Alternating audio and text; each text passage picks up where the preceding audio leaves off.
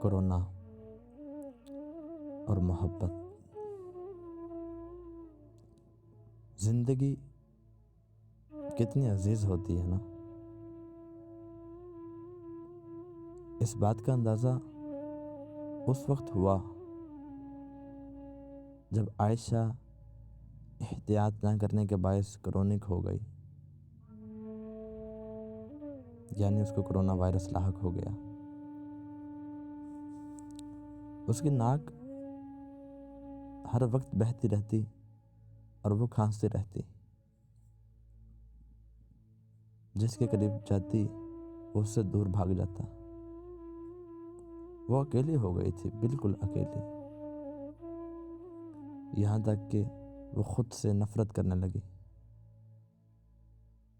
اس کا کوئی پرسان حال جو نہیں رہا تھا.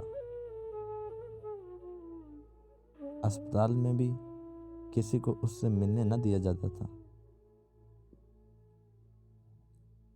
عبداللہ کو خبر ہوئی تو وہ عائشہ کے پاس دوڑا چلا آیا.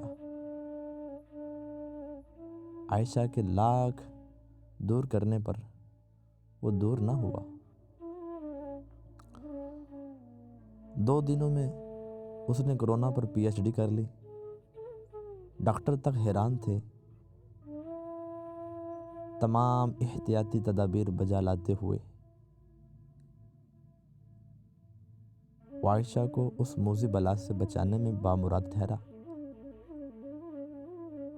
یہ پہلا کیس تھا کہ کوئی کرونا میں مبتلا شخص نارمل ہوا ہو. ڈاکٹروں کے لیے جہاں انبساط تھی وہیں حیرت بھی، کیونکہ کرونا نے عائشہ کے وجود کو چھوڑنے کی قیمت عبداللہ کے وجود کی صورت میں لی. عبداللہ کرونا میں مبتلا ہو چکا تھا.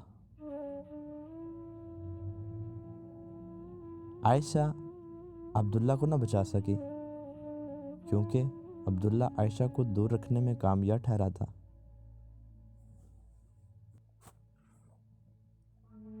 اور پھر یوں ہوا کہ عبداللہ نہ رہا. وہ عائشہ جو عبداللہ سے نفرت کرتی تھی، وہ کرونا سے آزاد ہو چکنے کے بعد عبداللہ کی محبت کے وائرس میں مبتلا ہو گئی، جس سے آج تک وہ نکل نہیں سکے. 100 لفظوں کی کہانی. عیناً عالم.